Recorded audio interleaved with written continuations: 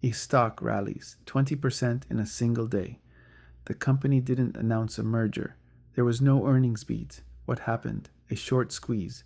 Short sellers were caught on the wrong side of a trade, forced to buy back shares to cut their losses, which pushed the price even higher. Short interest data is one of the most powerful and most misunderstood signals in the market.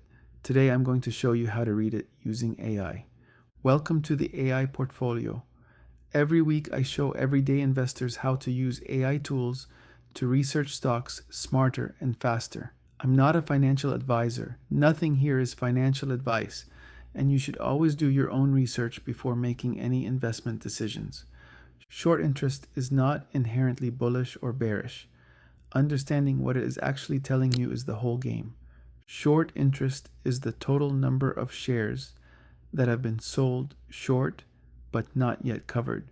When investors short a stock, they borrow shares and sell them, betting the price will fall. If they're right, they buy back cheaper and pocket the difference.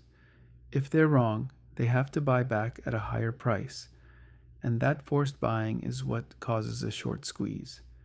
There are two numbers you need to understand: short interest as a percentage of float, how many of the tradable shares are sold short, and days to cover, how many days of average trading volume it would take all short sellers to buy back their shares. A high days to cover number means a potential squeeze could be violent and prolonged. Before you run the prompts, you need three things. First, the current short interest data, short interest as a percentage of float, and days to cover. You can find this on FinViz, MarketWatch, or Ortex. Second, the short interest history over the past 3 to 6 months.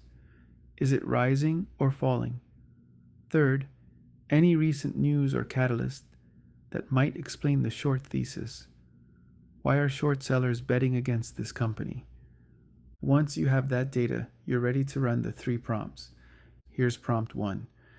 Given the following short interest data for the company, short interest as a percentage of float is X%, days to cover is Y days, and the 3-month trend is rising, falling, or flat. Analyze what this short interest level signals about market sentiment. Is this a high or low level of short interest relative to historical norms? What does the days to cover figure suggest about squeeze risk? What bearish thesis might short sellers be acting on? What you're looking for here is context. A 15% short interest in a stable consumer staple is very different from 15% in a high-growth software company. AI helps you interpret the number relative to the company's specific situation. Prompt 2 is about identifying whether the conditions for a squeeze are actually in place. Based on the following data for the company: short interest of X% of float, days to cover of Y, recent price action, and upcoming catalysts such as earnings, a product launch, or a regulatory decision, evaluate the short squeeze potential.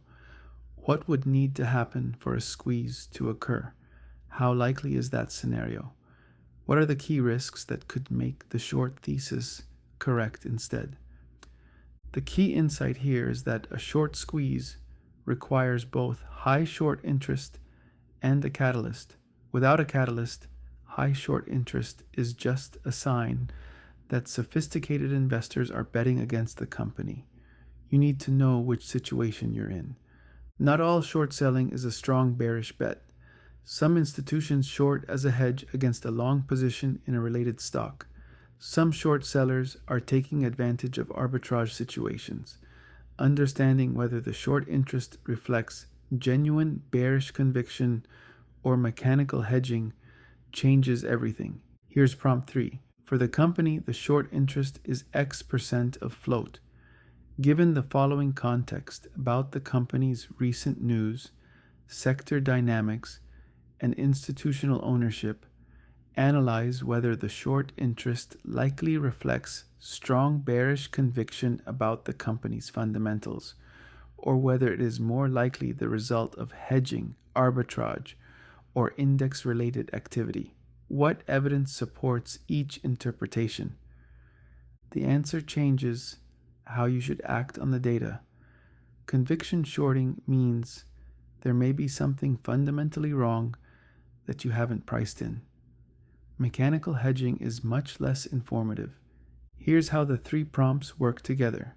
Prompt 1 gives you the baseline, what the short interest level actually means for the specific company. Prompt 2 tells you whether a squeeze setup is plausible given upcoming catalysts and price action. Prompt 3 tells you whether you're dealing with informed, bearish conviction or mechanical positioning. When all 3 tell a coherent story, low conviction hedging, rising short interest, and an imminent catalyst, that's a setup worth tracking closely. When they contradict each other, slow down. Contradictions are usually where the real insight is. A few important caveats. Short interest data is reported with a delay, typically twice per month, so you may be looking at information that is already 2 weeks old. A lot can change in 2 weeks. High short interest does not mean a stock will go up. Short sellers are often right. Some of the most heavily shorted stocks are heavily shorted for very good reasons. Do not use short interest as a contrarian signal without understanding the underlying thesis. And finally, squeezes can be violent in both directions. If you're wrong about the catalyst, a heavily shorted stock can also collapse quickly when short sellers add to their positions. Your homework this week: find one stock in your watch list with a short interest above 10% of float. Pull the current short interest percentage and days to cover. Find out whether short interest has been rising or falling over the past 90 days. Then run all 3 prompts. What is the short thesis? Is a squeeze setup plausible? And is the short interest driven by conviction or by hedging? Short interest is one of the few data points that tells you what smart, motivated sellers actually believe. Learning to read it is a genuine edge. That's it for episode 21. Subscribe for a new video every week on AI and investing in plain English. See you next time.